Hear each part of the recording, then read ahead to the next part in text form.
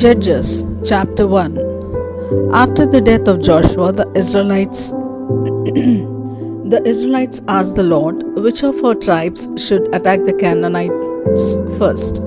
Judah, the Lord answered, I will help them take the land. The people of Judah went to their relatives, the Simeon tribe, and said, Canaanites live in the land God gave us. Help us fight them, and we will help you.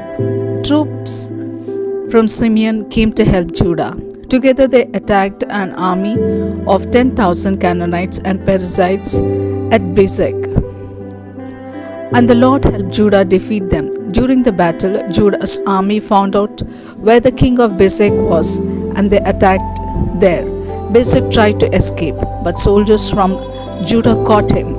They cut off his thumbs and big toes, and he said, I'll cut off the thumbs and big toes of 70 kings, and made those kings crawl around under my table for scraps of food. Now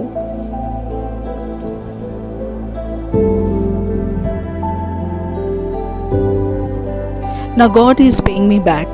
The army of Judah took the king of Bezek along with them to Jerusalem, where he died. They attacked Jerusalem, captured it, killed everyone who lived there, and then burned it to the ground. Judah's army fought the Canaanites who lived in the hill country, the southern desert, and the foothills to the west.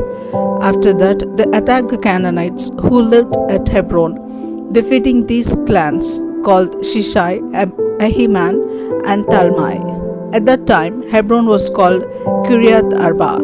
From Hebron, Judah's army went to attack Debri, which at that time was called Kiriath Sefer. Caleb told his troops, the man who captures Kiriath Sefer can marry my daughter Aksa. Caleb's nephew Othniel captured Kiriath Sefer. Othniel captured Kiriath Sefer. So Caleb let him marry Aksa. Othniel was the son of Caleb's younger brother Kenaz. Right after the wedding, Aksa started telling Othniel that he ought to ask her father for a field. She went to see her father, and while she was getting down from her donkey, Caleb asked, What's bothering you? She answered, I need your help. The land you gave me in the southern desert, so please give me some spring-fed ponds for a water supply. Caleb gave her a couple of small ponds named Higher Pond and Lower Pond. The people who belonged to the Kenath clan were the descendants of the father-in-law of Moses. They left Jericho with the people of Judah and settled near Arad in the southern desert of Judah, not far from the Amalekites. Judah's army helped Simeon's army attack the Canaanites who lived at Japheth. They completely destroyed the town and renamed it Hormah. The Lord helped the army of Judah capture Ashkelon, Ekron, and the land near those towns. They also took the hill country, but the people who lived in the valley had iron chariots, so Judah was not able to make them leave or to take their land. The tribe of Judah gave the town of Hebron to Caleb, as Moses had told them to do. Caleb defeated the three Anakim clans and took over the town. The Jebusites were living in Jerusalem, and the Benjamin tribe did not defeat them or capture the towns. That's why Jebusites still live in Jerusalem along with the people of Benjamin. The Ephraim and Manasseh tribes were getting ready to attack Bethel, which at that time was called Luz, and the Lord helped them when they sent spies to find out as much as they could about Bethel. While the spies were watching the town, a man came out, and they told him, If you show us how our army can get into the town, we will make sure that you aren't harmed. The man showed them, and the two Israelites tribes attacked Bethel, killing everyone except the man and his family. The two tribes made the man and his family leave. So they went to the land of the Hittites, where he built a town. He named the town Luz, and that is still its name. Canaanites lived in the towns of Bethshean, Tenan, Dor, Eblim, Megiddo, and all the villages nearby. The Canaanites were determined to stay, and the Manasseh tribe never did get rid of them. But later on, when the Israelites grew more powerful, they made slaves of the Canaanites. The Ephraim tribe did not get rid of the Canaanites who lived in Gezer. So the Canaanites lived there with Israelites all around them. The Zebulun tribe did not get rid of the Canaanites who lived in Ketron and Nahalol, and the Canaanites stayed there with Israelites around them. But the people of Zebulun did force the Canaanites into slave labor. The Asher tribe did not get rid of the Canaanites who lived in Akko, Sidon, Alab, Akseb, Helba, Aphek, and Rehob, and the Asher tribe lived with Canaanites all around them. The Naphtali tribe did not get rid of the Canaanites who lived in Beth Shemesh and Beth Anath, but they did force the Canaanites into slave labor. The Naphtali tribe lived with Canaanites around them. The Amorites were strong enough to keep the tribe of Dan from settling in the valley, so Dan had to stay in the hill country. The Amorites on Mount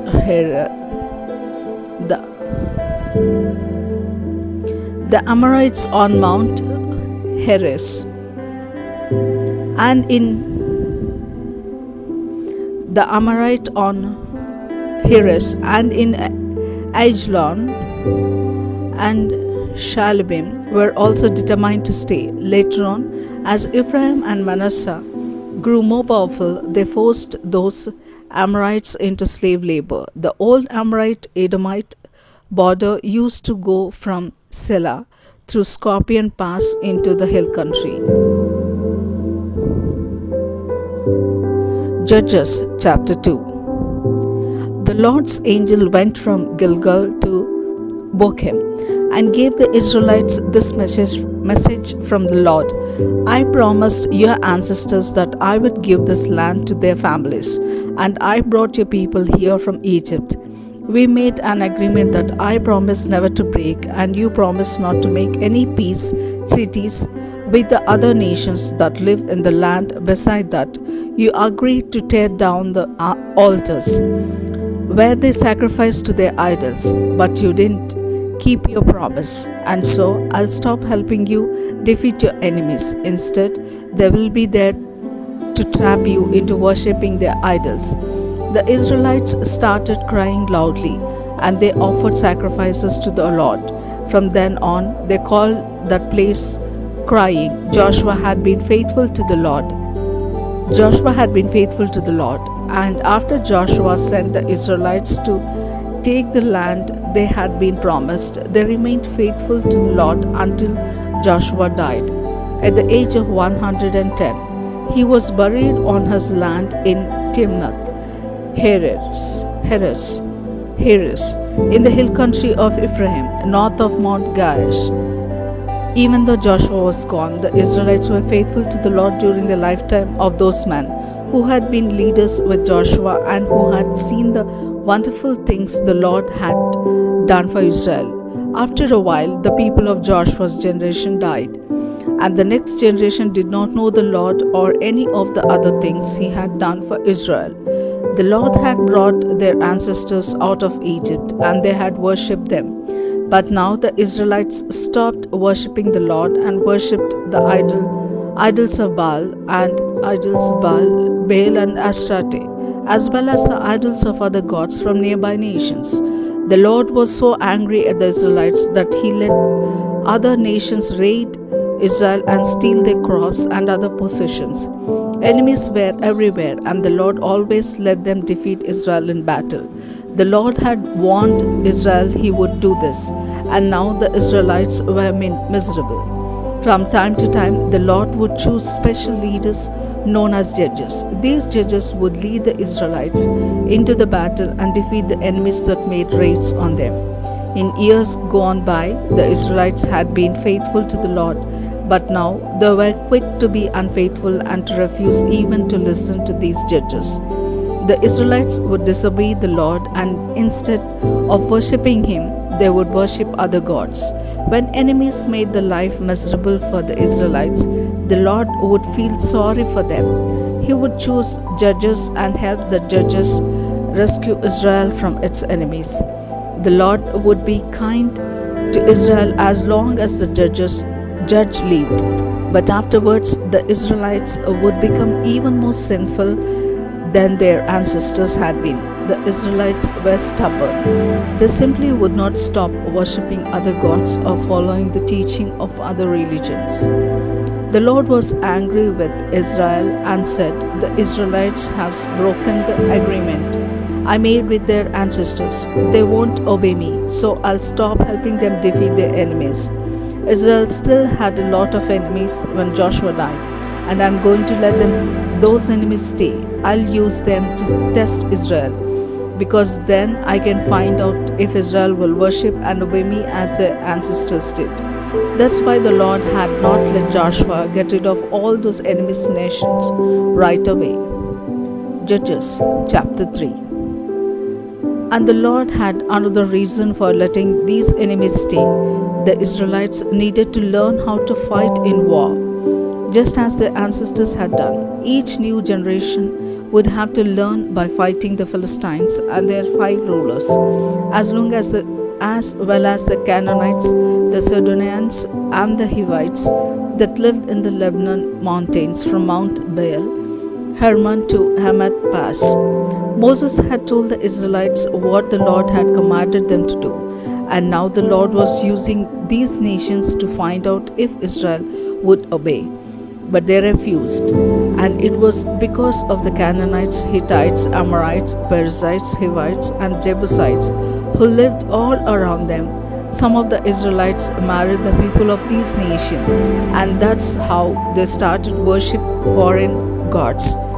The Israelites sinned against the Lord by forgetting Him and worshipping idols of Baal and Ashtoreth. This made the Lord angry, so He let Israel be defeated by King Cushan. Rishathaim of northern Syria, who ruled Israel 8 years and made everyone pay taxes. The Israelites begged to the Lord for help, and He chose Othniel to rescue them. Othniel was the son of Caleb's younger brother Kenaz. The Spirit of the Lord took control of Othniel, and he led Israel in a war against Cushan Rishathaim. The Lord gave Othniel victory, and Israel was at peace until Othniel died about 40 years later. Once more the Israelites started disobeying the Lord, so He let them be defeated by King Eglon and Moab, who had joined forces with the Ammonites and the Amalekites to attack Israel.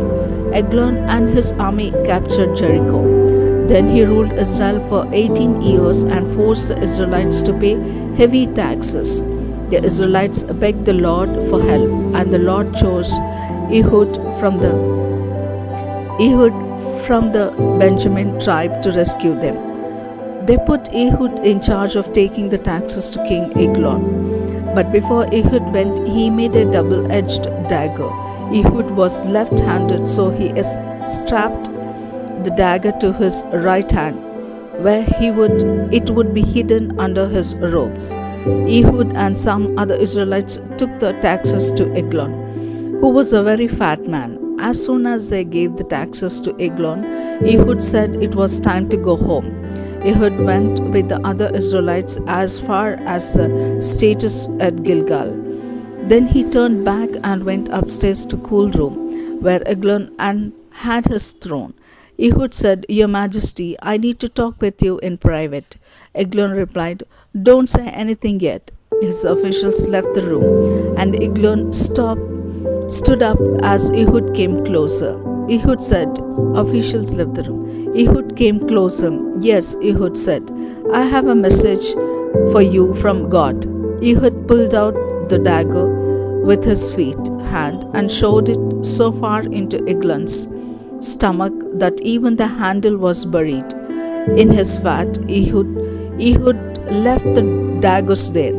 Then after closing and locking the doors to the room, he climbed through a window out onto the porch and left. When the king's officials came back and saw that the doors were locked, they said, the king is probably inside relieving himself. They stood there waiting until they felt foolish, but Eglon never opened the doors. Finally, they unlocked the doors and found King Eglon lying dead on the floor. But at that time, Ehud had already escaped past the statues. Ehud went to the town of Seirah in the hill country of Ephraim and started blowing his signals on a trumpet. The Israelites came together and he shouted, Follow me, the Lord will help us defeat the Moabites. The Israelites followed Ehud down to the Jordan Valley and they captured the places where people crossed the river on the way to Moab. They would not let anyone go across, and before the fighting was over, they killed about 10,000 Moabite warriors. Not one escaped alive. Moab was so badly defeated that it was a long time before they were strong enough to attack Israel again, and Israel was at peace for 8 years. Shamgar, the son of Anath, was the next to rescue Israel. In one battle, he used a sharp wooden pole to kill 600 Philistines.